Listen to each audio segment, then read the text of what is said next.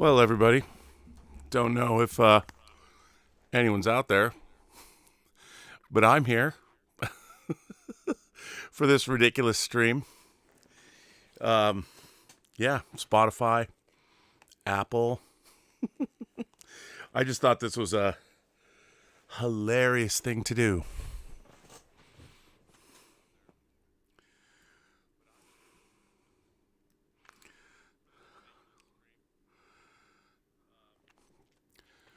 Destiny Captain, I don't have a P.O. box for the channel. You can just send it to me, send me an email or something. I'll send you my address. There's 12 people watching this right now, according to. So, hey guys, how you doing? Hope all's well.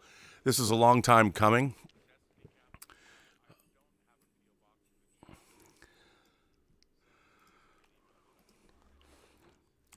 By the way, I noticed that during this stream, somebody sent me a tip, and I'm going to read that tip. Jules Glass Onion sent me a $15 tip and said, I'm a composer. What was the biggest challenge or interesting moment related to the score for True Noir? What you've shared sounds great. Well, I'll tell you. So I have a composer that I've worked with. I met him on the Star Trek fan film Prelude to Axanar back in 2014. And during that time, I really came to love and respect his work. And I really liked it. So I called him up, and when we started the proof of concept, he came up with some themes, the Nathan Heller theme. And then when we started the project, I hired him to come on full time. And then I worked with him, and he came up with the score. And it really is it's one of the things I'm most proud of when people, now we can make the soundtrack album. It's a perk, and the soundtrack album is tremendous. It's really great, and I think there's like 38 tracks on it or something. It's quite extensive. So yeah, by the way, since some people are here, hey there. So I'm here on this stream. I guess you could ask me anything, at least for a little while, because I'm cooking some food. I cook for the dogs. I'm cooking food. So yeah, this is a really exciting thing for us.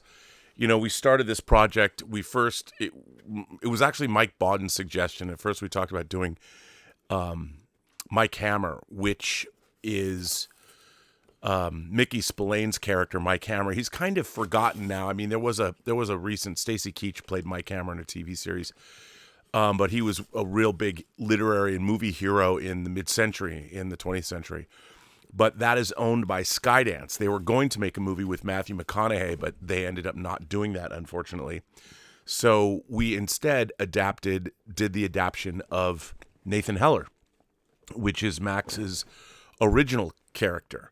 And the Nathan Heller character is in 19 novels. And the whole point of the character of True Noir that Michael Rosenbaum plays is that the reason it's called True Noir is the books are set amidst actual real crimes in the 20th century. And most of the characters are real. But Nathan Heller, the detective, and his immediate family are fictional characters. So Bill Smitrovich, the great Bill Smitrovich, plays his Uncle Lewis. And like Katie Sackhoff plays his fiancée Janie. They're not real. But the whole story of Anton Cermak and all the gangsters and everybody else in the story is real. And it's based on the assassination of the mayor of Chicago, who was killed in Miami while at a post-election rally for FDR, played by Barry Bostwick in the drama. So that's what made it sort of interesting. And I really liked that idea, kind of like Woody Allen's Zelig, or the way that Forrest Gump would get involved in real historical events, I really found that to be compelling. And so that's why we did it. And I'd never made an audio drama before. And I was always like, why can't people mix an audio drama the way they mix a real motion picture? And so that was the premise. That's what we did. And Max adapted his own. The first Nathan Heller novel is called True Detective, which came out in '83. Obviously, we couldn't use that title. So we came up with the idea of True Noir. And so that's what we did. And, if it does well, obviously the only people that really know about True Noir are people that watch this channel. And we'd been selling it on, through the channel and through our Kickstarter campaign. But the Kickstarter campaign was mainly just to gauge any interest. The budget was much higher than what we raised on Kickstarter because the cast, we got a cast that was like a cast for a movie or a TV show. And that was all part of it. And Soulcraft asks for the soundtrack. I've got it right here. As a matter of fact, I could probably play it. I have a file where the soundtrack has liner notes written by the great Jeff Bond, which are great. And now what we had to do was we had to wait. It took a long time. It took a lot longer than we thought to get a distributor. And we had to carve out the Blu-ray and the soundtrack, and that it was okay to release those things. The soundtrack is actually 34 tracks long, and it's going to, as a matter of fact, if anyone's interested, maybe I can show it. But it's 34 tracks long. I have it all here. WAV files too. They're these files are all like 37 megabytes, 46 megabytes. It's pretty neat, I have to say. And the soundtrack album is the liner notes are great. So we're going to roll right into producing those things and get them out as soon as possible because I have all the elements. I just have to put them together and put them into replication. So the Blu-ray, what's being released now is the 2-channel stereo mix. So it's stereo. It's lush. It's a lush stereo mix. What's really cool is the 5.1 mix. And the 5.1 mix will only be available on the Blu-ray. So kind of like one of the Super Deluxe Edition Blu-rays that I love so much. And that's what you'll be getting. So you'll be getting all the different mixes. So you'll get the full the one that's coming out is the long play 4.5 hour cut together version. And then we have the individual the episodes as individual episodes. And on the Blu-ray, you'll get the 4.5 hour version, both in 2-channel and 5.1, and then the individual episodes in 2-channel and 5.1. And then there's some video stuff. There's an interview I did with Max at a speakeasy in Ohio, and it's pretty neat. I've got to hand it to everybody. They did phenomenal work. So, yeah. And that's what's happening. So at midnight, you will be able to get True Noir on Apple, on Spotify, on Audible. I know it's on Google Play internationally. So you'll be able to get it everywhere, really. And let's see, Cam says, Mike Hammer ranks with Spade and Marlowe by Hammett and Chandler. Dashiell Hammett and Chandler, respectively. I just want to point out that Max Allan Collins wrote a sequel to The Maltese Falcon. And here it is, The Return of the Maltese Falcon, because it's his favorite. So he did that, which is very, very cool. And, there's another ad. Another ad has popped up on the stream. So I have to get rid of the ad. I don't like it when they pop up ads because then you can't read the countdown anymore. So I have to go over to Spotify and take down the ad. So there you go. So we can, by the way, you can also get my album, The Singularity is Here, that I made using AI. So yeah, I just thought this was hilarious to do this. This is a stream to watch the countdown to when it's available on Spotify. I didn't even know that they were doing a countdown. I mean, I think it's pretty neat that they're doing a countdown. Who would have thunk? But I can't stay on for the entire countdown, only because I'm cooking. I'm cooking for the dogs. So, yeah. So here we are.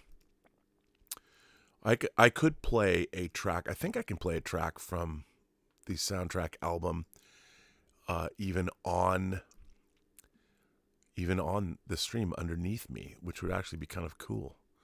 So, yeah, here we go. Let me see if I can do just that. Where am I? I don't even know where I am here.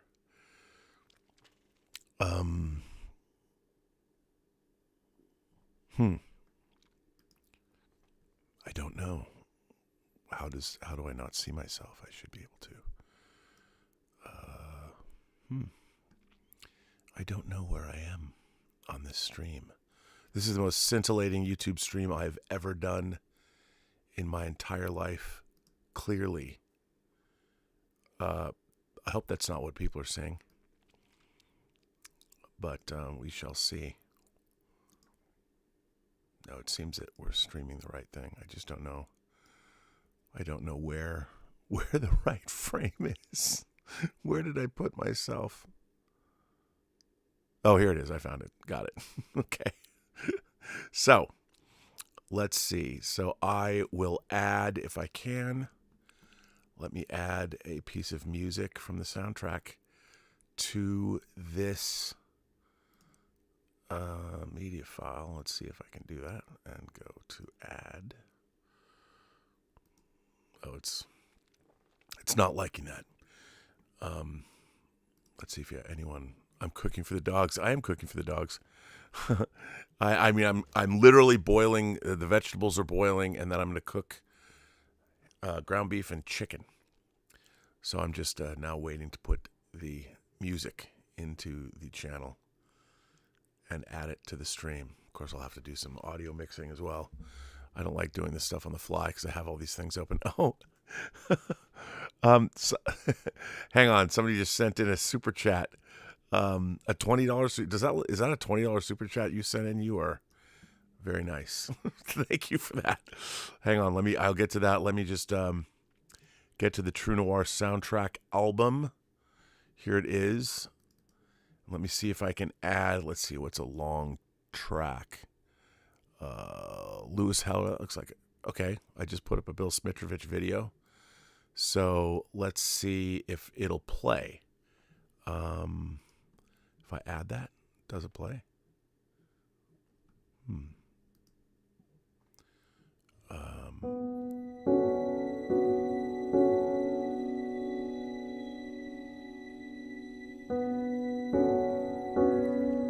How great is this soundtrack?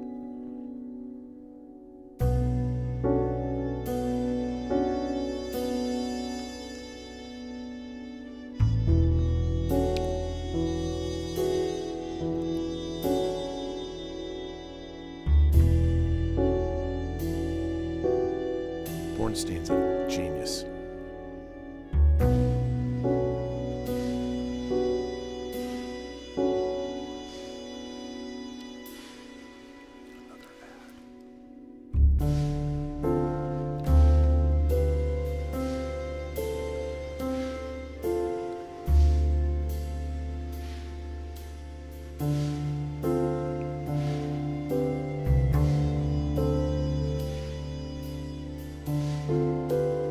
This is actually such a great piece of music. I mean, I really love it. And again, you can hear how Bornstein, I mean, he would bring in real players, real horn players, so it's not just all synthesizer.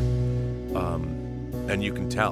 I mean, you can really tell in the music how good it really is. So I'm very excited. But yeah, as I said, the soundtrack album that's coming out is a double CD set. And it's 34 tracks, so you'll probably get, I mean, what is that going to, 16, 16, no, it'd be 17, 17, is that right? 17, 17, 34. So that'll be really cool, and I can't wait for everybody to hear it. And I can't believe that our journey on this is over, because, we didn't even know if we were going to get distribution.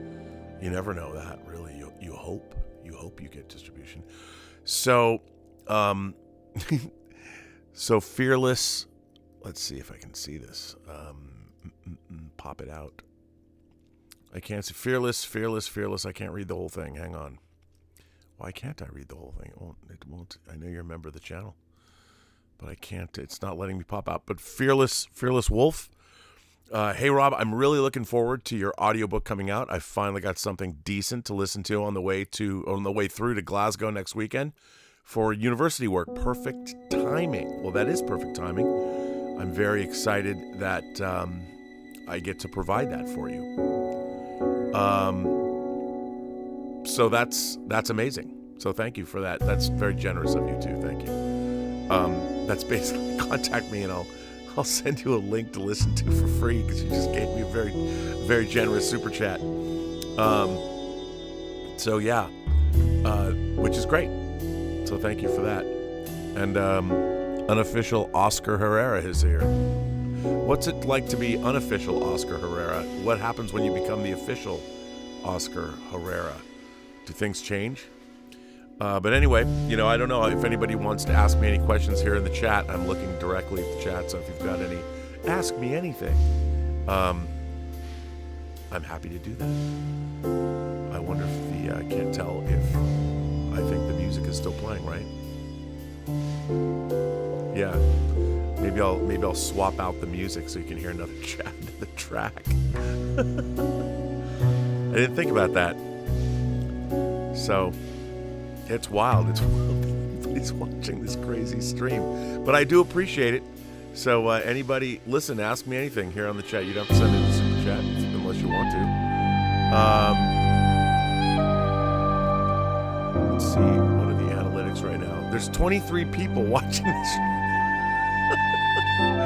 You guys are the best. 23 people watching this fakakta little stream. I love it. Unofficial Oscar Herrera says, I do have my own Google block when you search, so I'm official. The unofficial is for the laughs. I like that. That you could write a whole movie around what happens when somebody becomes unofficial on YouTube. Is it a good thing or is it a bad thing? We'll find out. But yeah. So it's really exciting. When you get when you make something, you spend so much time. I mean, I spent a long time making this, and I started recording. The first person I recorded was Anthony LaPaglia as Al Capone on May 27th, 2024, and it took a long time to find our Nathan Heller. And when we found Michael Rosenbaum, I didn't even want to hear the name of who I was listening to, and it was so funny when I heard Michael Rosenbaum's audition. I didn't know it was Michael Rosenbaum. And I recognized the voice. I knew the person, but I didn't know who they were. And I'm like, this is the guy. And it was Michael Rosenbaum. And he was absolutely, Fearless Wolf says, I'm only here for the eye candy. Well, you can't possibly mean me. I used to be eye candy. It was a long time ago. If I got thin, I'd be eye candy. I could do that. I could do that. So, yeah. And everybody says this is awesome. Well, thank you, Content Kyle. And Ruben, no way, I had no idea. I can't wait to finally dive into True Noir. What was the hardest part of putting this project together? Well, it was interesting. I didn't know how to do. First of all, the two hardest things, but they really weren't hard. When Max started sending me his scripts, he adapted. Here's his novel that we adapted. This is, Dusty. This is his novel, True Detective. This is the first edition of his book, and he did sign it for me. And so when we started the project, it's you never know. Like, we kind of did it sort of willy-nilly. Like, okay, we're going to do this thing. And at first, I needed to prove that my methodology would work. And the first thing that I decided to do was, since the script would be people talking to each other for a long time, like there'd be 5 and 10 minute scenes, you could not have an actor go into a booth, like recording an animated movie, by themselves. You could never get the You could never get the performance right, no matter what. So I knew that what I really wanted to do was get all the actors in a room together and act opposite one another.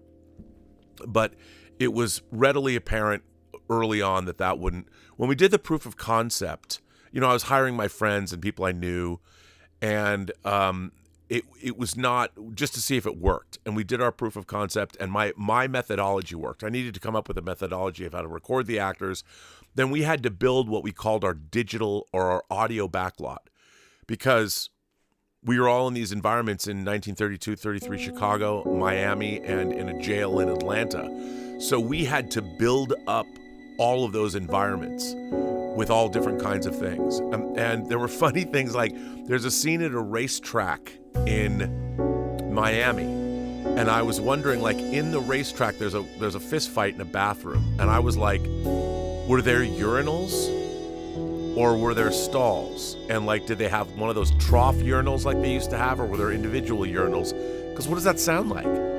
Because we had to make things sound authentic. And like Mike McDonald, he goes, I'm going to put the Goodyear blimp in the scene. And I go, was there a Goodyear blimp in Miami in 1933? And it turns out there was. So we've got an actual, it's subtle, but if you hear it in I think it's episode 6. Well, I think it's in episode 6. The beginning, you hear the Goodyear blimp. It takes like 5 minutes, but it goes from the rear surround channels all the way to the front. So it was amazing creating those audio environments. And some of those audio environments had 65 different channels of sound effects. I mean, the FDR, rally that took place in Miami, which you can actually see there's real film footage of that actual rally on YouTube. And so we were able to look at it and say, like, okay, some of the things that was hard to figure out was like, okay, if somebody's here and they're walking, like, how long does that take? And we had to work all that out. We had to work the different cars. It was like, what does the slide on Nathan Heller's gun sound like? I mean, it was literally like doing audio for a movie. We would have done it no differently if we were making a film. So that was a lot of fun. But getting the actors was difficult because we had to, cast them. We had to go out to all the agencies. And a lot of audio dramas people aren't interested, but we paid good money. We were paying a very competitive rate to hire our actors. So they knew we were serious. We're not giving them SAG daily $150. They got some real money to do this. But it was what's called favored nations. So we had a certain amount of money, and everybody gets the same amount of money except, your big leads and things like that. But then we had to cast it. We went to a lot of different people. And so it was so great when we would come up with these. Christine Sheeks, who produced it with us, she also cast it, and she's been a casting director. She started on Moonlighting, the TV series Moonlighting. I've worked with her a lot over the last 20 years. She's incredible. And she and I, she's like, what about Louis Lombardi? Louis Lombardi you remember him from The Sopranos. He was in 24. I was like, I love Louis Lombardi. And we got him to do it. And she goes, well, there's another actor named Saverio Guerrera who is from New York, and he plays there's two cops based on real guys called the Two Harrys, Harry Lang and Harry Miller. And they were corrupt police officers, and they came to work directly for Mayor Cermak, who's played by Jeffrey Combs. He was one of the first people I went to get Jeffrey Combs to be in the show, and because I knew him. Dr. Herbert West, he's one of my favorite actors, and he kills it. He's in this last half of episode 1 is all Jeff Combs and Michael Rosenbaum. He's so good. And then, we went to other people like Vincent Pastore, also from The Sopranos, Big Pussy Bumpatsero, and he's working for Frank Nitti. He plays Little New York Campagna. And then we had a lot of these really bit parts, like C. Thomas Howell. We got him in there, and he came in and he did this sheriff and just knocked it out of the park. I mean, the actors were incredible. I thought about going to Katie Sackhoff. We went to Katie Sackhoff. She was an absolute delight working on it. And she actually wanted me to call her and talk to her about how I saw the character. And we had a great conversation, and she came in and really, she was amazing. Unofficial Oscar Herrera asks, is there going to be a vinyl? The problem with vinyl, here's the problem with vinyl is vinyl really only has 22 minutes a side. And a lot of our episodes are like 25 minutes, 30 minutes. So I wanted to do a vinyl box set. That was my dream. But vinyl is not very conducive to our length, unfortunately. And no, that's not what she said. But it's kind of a bummer because I did want to do vinyl. I mean, I still do. But what's really neat is our distribution company is at Blackstone in the UK. They put it out. We are never going to put the audio drama out on CD. So you can there's two different versions. You can get a 4-disc CD version of it, or you can get a 1-disc MP3 version, which is obviously compressed. I would recommend. Now, I don't know if Amazon sells the 4 CD set. You might only be able to get that in the UK. I'm not sure. Oh, is the music too loud? Nobody can hear what I'm saying? Is that true? Or not? It's pretty loud, isn't it? I can't really adjust the sound of the music. I'll turn it off. How about I turn the music off? I'll turn the music off. Because we've been playing the same piece of music anyway. You can hear that piece of music. So I'm going to turn it off and reestablish. So there, it's off now. So hopefully you can hear me more. Sorry about that. Frog outro plan. Is that what that is? Yeah. Dr. Herbert West. Jeff Combs is in it. And, Katie Sackhoff. And so now you can hear me better, I would imagine. But yeah, so the cast was incredible. It was so much fun to cast this. The reason I wanted to get Anthony LaPaglia to play Al Capone was, of course, Max Allan Collins wrote the graphic novel that the movie Road to Perdition was based on. And Anthony LaPaglia played Al Capone in that movie, but his part was cut out. It was on the special features of the DVD, and you can see it on YouTube. And I'm like, God, I wonder if we can get Anthony LaPaglia to play Al Capone. And he did. He came on and played. So, there you go. Let's see if just a way to separate okay, I got it there. US Amazon is the MP3 CD, not the multi-disc. Yeah, that's what I thought, and that's kind of a bummer. The disc in the UK is apparently, well, you know what? Let's go see. Let's see what Amazon UK has. Let's see, True Noir.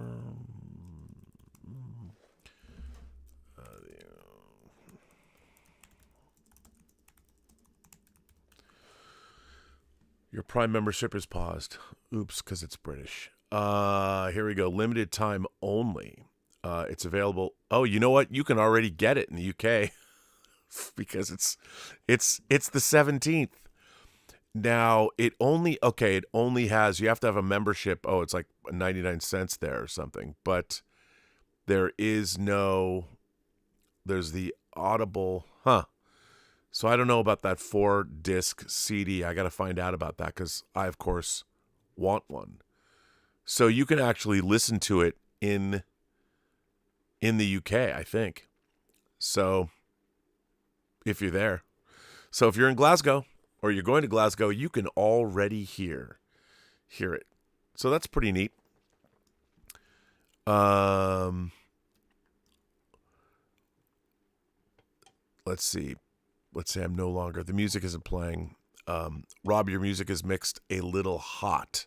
So yes, but I should not be. There shouldn't be no longer music playing. I'm actually looking at you guys. Let's see. I'll pop up and. Okay. Let's see. So now I should be back. Yeah, if anyone has any more questions about, I'm happy to answer them. I can't believe it. There's 40 people here. Do you have some ideas for the next audio drama? Well, what I'd like to do is Max wrote what's unofficially called the Nitty Trilogy.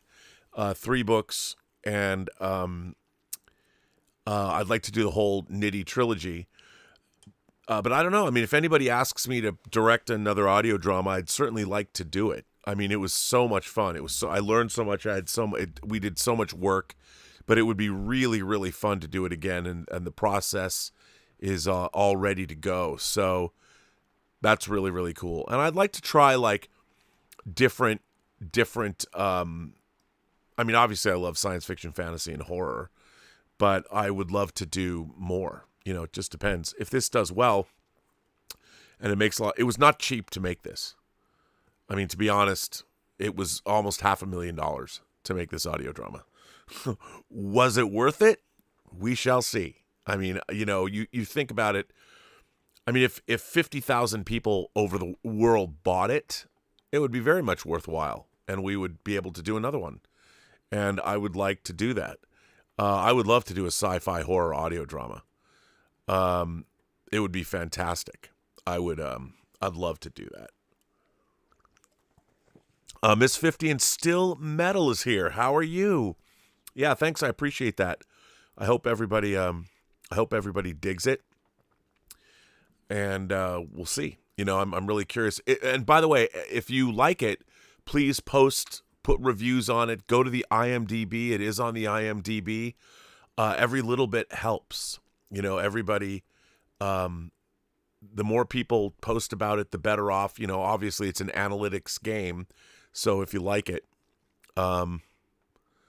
So Bill Hunt from the Digital Bits is here and asks for True Noir hot toys. Well, you can't make a hot toys for somebody you can't see, unfortunately. but 1/6, I would love to do that. That would be amazing. So it would be great. Yeah, I just can't believe that there's by the way, a Spotify countdown stream. I would imagine they probably do this for all their audio dramas, but I had no idea. I didn't set this up. This was just, I stumbled across this on Spotify. This is a good question. Clarence Maxwell said, how do you fund something like this? Basically, it was private equity. I mean, it was people that were interested in doing it, and hopefully, we can get them all paid back. I don't like to, my rule of thumb is, for every dollar you borrow to make something, I would like to get people back 30 more cents, so you pay them back $1.30. That's really hard to do. As anybody who makes an independent film, like you used to be able to make an independent movie for $2 million and you could make your money back. Now it's really, really hard. It's really hard in this day and age because not only has content been devalued, but there's so much stuff out there that there's just a lot of it's just really hard to get paid back. That's why I really admire like the Rippaverse comics, that they did. Young Rippa, he was very smart in that he produced his Isom comic. He used his own money and fronted the money to print his 96-page Isom 1 graphic novel, which was the beginning of the Rippaverse. And once he had that, then he crowdfunded. Then he went and sold it. We didn't crowdfund because he'd already made it, but he sold direct to his audience. And he had a big enough audience that was very lucrative for him to do. And I really think that's sort of the wave of the future. I mean, if you have fans that will buy your material, it's just a question of you have to make sure you keep it at scale. You don't want to spend too much where you can't get yourself paid back. And in terms of like the percentage of people that turned out for the Kickstarter and stuff for this channel was really good. I mean, it was really, it was very effective and people were really supportive and things like that. So, because I'm going to do the book of short stories, the Imagination Connoisseur book, once the perks are done and once this is out, then I figured I could do another Kickstarter. But I didn't want to do another Kickstarter while we still had outstanding perks to fulfill. And a lot of that had to do with we had to wait in terms of our distribution. And so we're doing that. Let's see. Oscar, yeah, please. It doesn't matter how big your audience is. Any review, post it anywhere, and anything is helpful. So thank you. I appreciate that, and because really I had a few, it's hard to get, there's so much stuff out there. So it's hard to get, like Bill Hunt did a great review. Alvaro did a great review. Paul Chatto, Call Me Chatto, he did a great review of True Noir. I didn't even ask him and he just did it. So that was very nice. And that was very, very cool. So Yeah. Well, listen, you guys, I have a pot of veggies boiling, probably boiling over, and I'm going to be up till 1 a.m. cooking for the next couple days for the doggos. So I'm going to leave this. I will end this stream because I can't let it go. Oh, here we go. Ruben Karos says, what does getting distribution for an audio drama entail? Is it similar to films or is it completely different? Well, no. I mean, we had to find somebody interested. We would send it around. And luckily, Max Allen Collins, because he'd done so many books before and audiobooks, there is a company here domestically called Skybound that reached out, and they were really interested to see what we were doing. And they didn't even understand when they saw the list of people that we had in the audio drama. They're like, wait a minute, you have all of these actors doing parts in your audio drama? And again, that was the reason it cost as much as it did, because we had like 25 name actors, and they're like, they couldn't believe it. And then they heard it and they couldn't believe it even more. So they came on board, and they're like any distributor, and they work with another company in the UK. I think it's called Blackstone. And so the two of them collaborate and get things out worldwide. And so, we get a percentage of what they make. Like anybody does. You get a percentage after, of course, they have to recoup their distribution fees, their distribution costs. But hopefully, I mean, the thing about this audio drama is, it goes everywhere. Unlike a movie that has to come out in theaters or whatever, there's a lot of people listening to audio dramas all around the world. So there's a big audience. So that's really cool. I have not talked to Dave since the Midnight Metal stream, and he was intense about the actors. And you know what? That was a really interesting conversation, because there was a lot of people that I heard from afterwards, after the show, that were believed. Look, what Dave was saying was, I would love that to be the case. I would love it if you were doing an independent project and people would promote it for free. But that is, unfortunately or fortunately, it ain't show friends, it's show business. And I think that, look, I can't ask someone like Michael Rosenbaum, who has his own podcast. His podcast has value. So if he gets a sponsor pays thousands of dollars for him to put a sponsorship on his show. Now, we paid him very well to be in the show, and we do have certain contractual obligations. Would I like Katie Sackhoff to talk about this on her show? Yeah. But again, she has a money-making platform, and that we paid her to do it. She's great. She's in 2 episodes of the audio drama. But if we wanted her to promote the project, you would have to build that into her contract, and she gets paid to do that. And that's just the way it is. Would I like people to promote my shit for free? Yeah, I'd like to get a lot of stuff for free. But it ain't show friends, it's show business. But here's the thing. If they hear it and people respond to it, like if they have, and you can ask people and talk to them and they like it, they will respond because they're in something, and if they're proud of it, I'm sure they'll promote it. And I would think that if they're not, like, I thought Katie Sackhoff was incredible in Longmire. Not many people know she was in Longmire, but she was incredible. That show was incredible. And so, she and I love working with, I would work with her again in a second. I never want to do another audio drama without Katie Sackhoff. I mean, she's great. And I loved her, but it wouldn't, it just wouldn't be appropriate. She has a platform that has value. And it's just like, look, I might be friends with somebody that has a TV show, but I can't expect them to put an ad on a TV show for free for me. As much as, would I like to live in that world where people would do that? 100%. It matters a lot. I mean, how many people watch Michael's podcasts? And Michael has been very gracious. And I'm sure if, he might have Max Allen Collins go on his show. That would be, but I don't carry enough weight and gravitas to go on Michael Rosenbaum's show.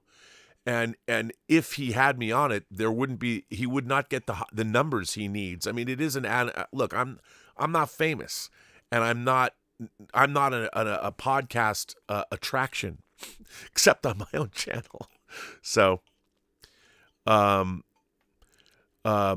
Clarence says, I think Dave was more surprised that they don't promote their own work, not even a brief mention. Well, sometimes they do. Sometimes they'll talk about it. But again, they have agents and managers that they have to answer to, and lawyers. And the agents and managers and lawyers, those endorsements are worth money.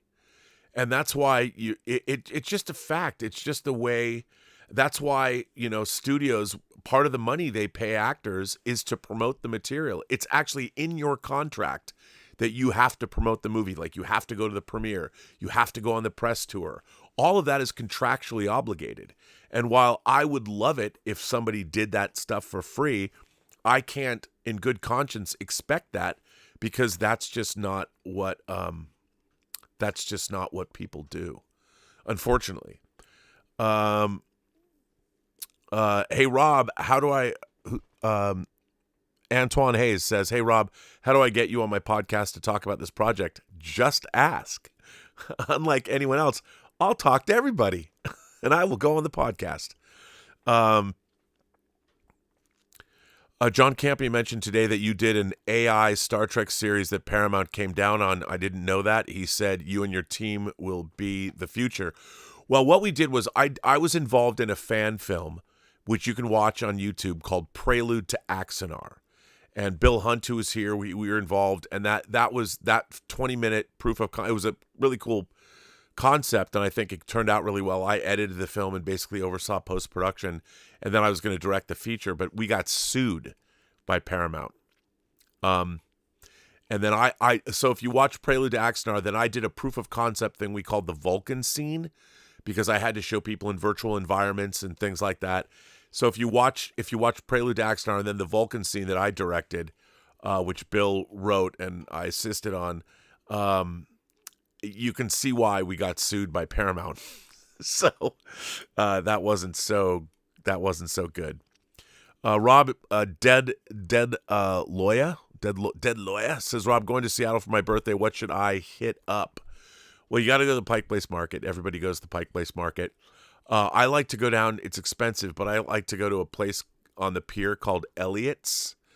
And then, of course, you got to go to the Space Needle. If you can, if the Cinerama is open down, well, it's not the Cinerama anymore, the SIF, the Seattle International Film Festival Theater, I don't know what they call it. They changed the name, but it's on like 5th Avenue or 4th Avenue. Go see a movie there. But there's just a lot of stuff to do. Take a ferry ride, out to Bainbridge or something. It's beautiful. There's a place I like to go to on Alki called Spud Fish and Chips. And the best fish and chips you'll ever have. But you go out, you take your fish and chips, they wrap them up, and you go on the beach, and there's the most aggressive seagulls ever. Like, they will dive bomb you looking to get some of your fish and chips. I think it's hilarious. But there's a lot to do if you like to hike. If you're going to Seattle, it's cold up there, but I don't know when you're going to go, in the spring or not. But hit me up, and yeah. Problem is, I haven't lived there full time. My mom and my sister, actually my sister's not there anymore. Oops. That was a bad slip. Wow. That was the first time I've done that. My mom still lives up there, and so I go up there and see her, but I'm kind of out of the loop in terms of my Seattle hangout places. Let's see. Clarence Maxwell says, I wouldn't bother using celeb voice work next time. Use AI. Well, here's the thing. I don't think I could get the performances that I got, because I'm doing scenes that are like 5 and 10 minutes long with actors. And you could never get the kind of performances I got with AI. You just couldn't. Because I got to do multiple takes, and I got the one thing about and look, I'm not anti-AI, but the one thing about AI is you can't within a scene, it's very difficult to make changes, because you have to then re-render the entire sequence. Like when I was making my AI album on Suno, it's really difficult to go in and edit small sections. You have to re-render, like they don't want you to do less than 6 seconds. and they have to re-render the entire section. So it's difficult to get the nuances that you need. Sure, I could. Let's just say that there in certain that I have done some AI voice work for a couple of motion pictures. I'm not going to say which ones, but people came to me because they knew I was playing with AI, and I was able to do some amazing things, and I was able to generate like 20 different takes of a line, and it was really effective as long as it's one or two sentences. But anything longer than that, like speeches, it's really difficult for AI to give you the kind of performances that you want. But it's not going to be, not all the time. I mean, the problem is what people are doing, and it's unfortunate, like they're using they're using IPs that they don't own, like Star Wars, and they're using the likenesses of actors like Brad Pitt and Tom Cruise. What you really need to start doing is using AI to generate your own actors. Like if you're an AI filmmaker, the first thing that you should do is create AI people.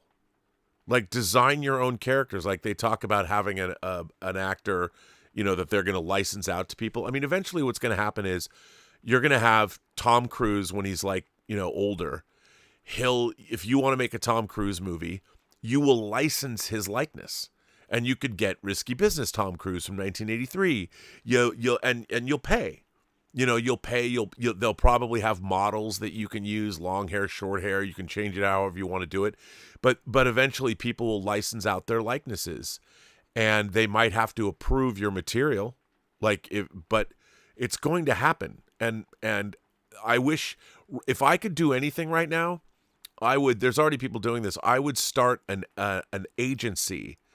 And I would go to all these actors and I would get them to sign up and be like, the problem is that people are going to use them. Right now people are going to make porn and all this other crap.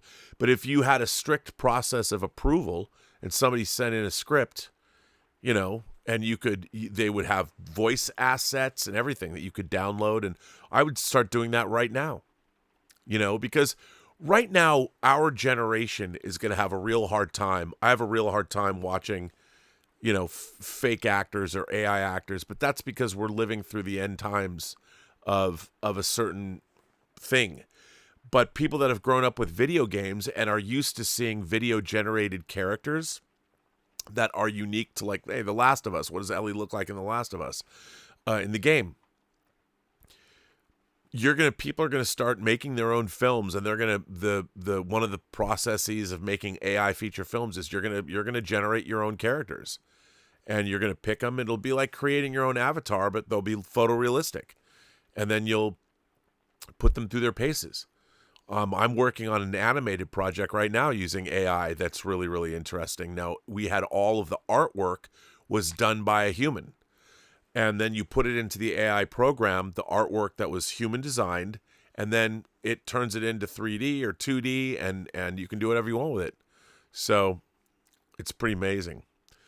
Dead Lawyer says, I think Disney's new ESPN Super Bowl 2027 trailer has AI voices of popular characters saying, we're going to the Super Bowl. Yeah, I mean, you can do that. You can do that. Frog Frog Otapan.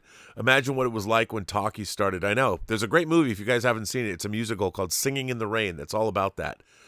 And by the way, Lazzy Droid says I bought a copy. I love audiobooks. Great work. I can't wait till you hear it. Report back. Clarence Maxwell said, you could pump out endless audiobooks like that with AI and fool most. Video will never look right. You know what? I could, but I don't want to do that. I mean, I edited True Noir as well. So not only did I direct all of the performances, but I edited the stuff together myself. All the conversations and everything. And I like that whole process, and I got it. AI, you're going to have a lot of AI stuff, and I could AI generate whatever I want, but it wouldn't be as good. Not yet. And there are things that I personally wanted to convey, like decisions that I would make. The thing about AI is, and Ben Affleck talked about this, you're getting a median. You're getting an average. Somebody else, you'll get an average, like, hey, you want to have an action scene? They'll take 10 action scenes and distill down. But again, like you're saying, like you would have no problem. Your idea about generating stuff with AI.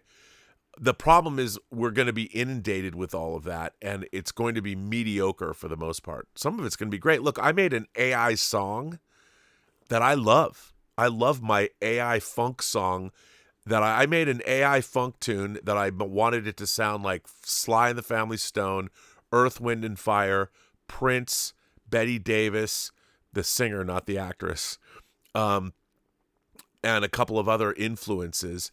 And the song is all about, it's HAL 9000, the AI from 2001, telling the story of what happened to him in 2001 and 2010, the movies.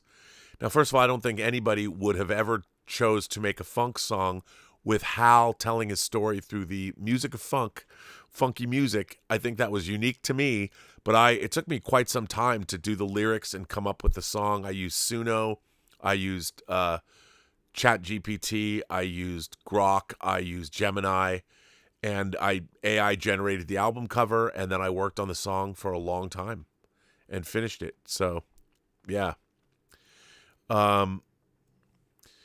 Directing AI voice actors will be a thing just like AI actors. Oh, sure. But I just don't, I don't want to do that. It would be no fun to direct voice. Look, there is a creative frisson that exists when you're actually working with actors. And I don't think you can direct AI actors, but it's a totally different thing, because what you want is, and there's a little bit of this with AI, working with AI too, knowing from doing the songs, that there is a bit of creation when you've done all this work. Like, I'll give you a quick example about how I did my AI album. So if I liked a certain song, like I was trying to think about songs that I liked, like I would go in and say, like an Earth, Wind and Fire song, I would ask ChatGPT, what instruments did they use, on this particular album? And then I would get a list of instruments and like what kind of hi-hats, what kind of microphones. I try and figure out and then I might take 3 or 4 songs from different people that I like Sly and the Family Stone or something, and what instruments did they use? And then I would put all the instruments and say, okay, I want to use all of these instruments in this particular funk song. And then once I had the lyrics that I wanted to use, and then I would take those lyrics and put those into into Suno. And then I would take all the instruments I wanted to use, because you can't say make a song like this person because you can't put in artists. And I'm like, okay, I want to do it in this time signature. I want to do it in 120 beats per minute. And I want to use all of these instruments. And I want the song to be, you can't go over 8 minutes. I want to have it to be 6 minutes long or 7.5 minutes long. I've got my lyrics, and I want to use these instruments. And then I will ask the program to write me a style prompt, like a Suno style prompt, and include these instruments, include the time signature, include everything that I've wanted to use, which probably took me a while to come up with. I had to do a bunch of research and find out, because sometimes people use a certain kick drum or something that I wanted to get in there. I wanted that sound. And then I would have them, I would have a style prompt written in Suno, unless they've upgraded in the last couple weeks. I haven't been on there in the last couple weeks. You could only have 1,000 characters in your style prompt, which was incredibly frustrating. I wanted to put in, sometimes I had 2,000 or 3,000 characters.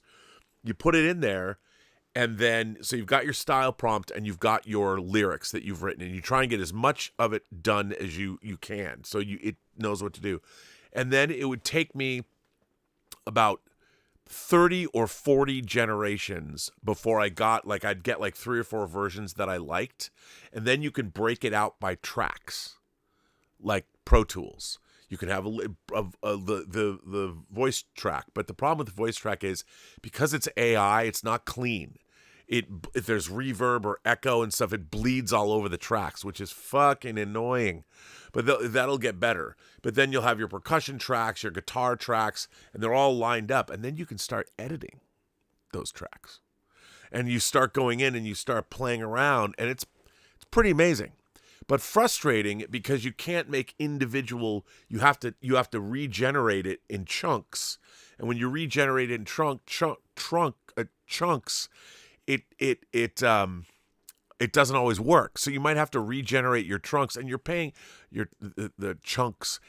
Every time you do a regeneration, it costs you credits. So you're paying money every time you do any kind of a regeneration. So it can add up really fast. So, but interesting. Like so it was wild. I mean, I can actually let me see if I have it. So that people have heard the funk song. Boy, I hope my stuff is not boiling over. But let me see if I can play it for you, because it's a pretty interesting. The song is pretty interesting, and if you know 2001 and 2010, the movies, I mean, I'm pretty proud of it. It's pretty amazing. But it wouldn't make a lot of sense if you don't know. It's such a nerdy thing that I've done. But I'll play it. I've played it before. Although I don't know if you can hear me. Can you still hear me? I don't know. Because every time I've got so many things open now. Let me find it. I have to leave because I have to go. I'm going to be in trouble now. Let's see. Downloads. Let's see if I can find it.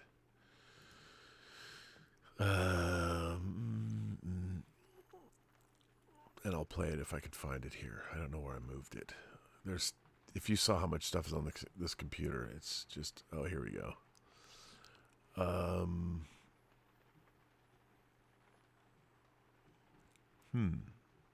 It's not here. I don't know why. Let's see if it's on the desktop somewhere. I'm sorry, again, scintillating content.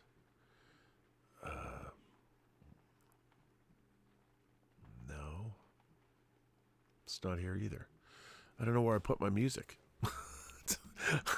It's somewhere. It's on YouTube. You can find the song, the funk song. It's called The Triumph of Hal from Urbana, Illinois. So, but yeah, check it out. Japanese cinema. This comes from Michael's. Japanese cinema, Rob. After Kurosawa, you've mentioned World of Kaneko, Battle Royale, of course, and what else? Give us a hidden gem. Ooh, a Japanese hidden gem. Well, there's so much Japanese cinema that I love. I mean, obviously there's the great stuff like Tokyo Story, which is amazing. I just watched something and I forget the name of it. I got it from Deaf Crocodile, and it's insane. But it's something about a blow-up doll. I have to come up with the name. You know what? I have to go. Because I've got to see what's going on with my vegetables. But listen, I will end this stream. You should do more open chat shows like this. Clarence, I will. That's a good idea. The movie House. Houseu. I love the movie House. Or are you talking House, the 80s movie, or the Japanese movie? Actually, you know what wait, where did I put it? Where's my Vinegar Syndrome box of stuff? I have Japanese movies to show you. Where did they go?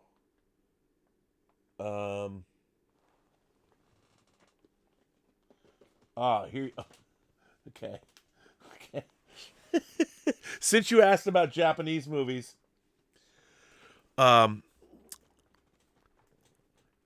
films of Hisayasu Sato, Volume 1.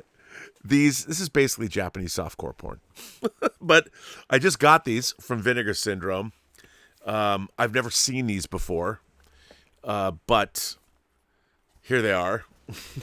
Here's the disc, and it's double-sided too. I'm going to use the double-sided. I didn't realize it was double-sided. So here you go. Now I can't tell you whether or not these movies are good. I don't know. I've never seen them. One of the most esteemed and transgressive filmmakers ever to work in Japan's explosively popular pink film genre, Hisayasu Sato crafted erotic films that were both genre-defining and artfully minded. While Sato's work is infused with horror and thriller tropes, it boasts a punk and avant-garde aesthetic singularly his own. In his debut release, Pink Line begins to explore the immense body of work with 3 of his most outlandish and profound features, each newly and exclusively restored in 2K from their 35mm original camera negatives. One is called Lust Mord, a.k.a. Pleasure Kill. Sato commences his meditation on the fusion of sex and death. EJ, a reclusive and awkward teenage boy, is fixated on creating a serum capable of breaking down the barrier between pleasure and pain, much to the dismay of his research physician mother. Deciding to conduct his own experiments, EJ slips the serum to several women, but is unprepared for the horrifying results. Later remade by Sato as the straight horror feature Splatter Naked Blood, this early directing effort conjures a remarkable waking nightmare approach as the impending threat of violence and instantly permeates every scene as it builds toward a tragically cynical and cryptic conclusion. So there you go. That tells you something a little about me. Always looking for transgressive Japanese horror, thriller, sci-fi, and sex. Because, gosh, I love Japanese girls. What can I say? So there you go. That's what I recently got. So if you're interested, there's 3 volumes of these films. And I like, like the female scorpion stuff. And Vinegar Syndrome always has great books with their releases. So you can read up on these films and get a great background on them. But there you go. What's that say about me? Don't know. but I haven't seen these films, so I'm looking forward to seeing them. But anyway, I'm going to end this stream. We are only 17 minutes away from the release, the domestic release here, North American release, at least on the in the Pacific time zone, of True Noir: The Assassination of Anton Cermak. I want everybody check on your food. Oh, I have to go finish. I've got to cook the meat now too. So anyway, Joshua Gonzalez says the Japanese Wuthering Heights by Yoshida is better than the new one. Check it out. Anyone excited about Scream 7? I'm going to the fan event at the Irvine Spectrum. So there you go. That's what she said. Anyway, everybody, I am going to end the stream. What a crazy stream. I want to thank everybody. You know what? I haven't even looked because people have been sending me super chats. Let me just make sure that I haven't missed anybody's super chat. No, I have caught up on super chats there. Yes, I've caught up in your super chats. And tips. So thank you, everybody. Thanks for supporting the channel. And I look forward to hearing everybody and what you think of True Noir: The Assassination of Anton Cermak. If you like it, please post about it. Tell your friends. It's everywhere. It's on Apple. It's on Spotify. It's on where else? Audible. So there you go. And Apple Music and wherever you get your podcasts. And on that note, every person you meet has a story to tell that you have yet to hear, and all you have to do is listen. And with that, I say to everyone, have a better night, and thanks for coming on this crazy, wacky stream. I'll see you all later. No, wait, one more time. Yep, I think I got it. All right.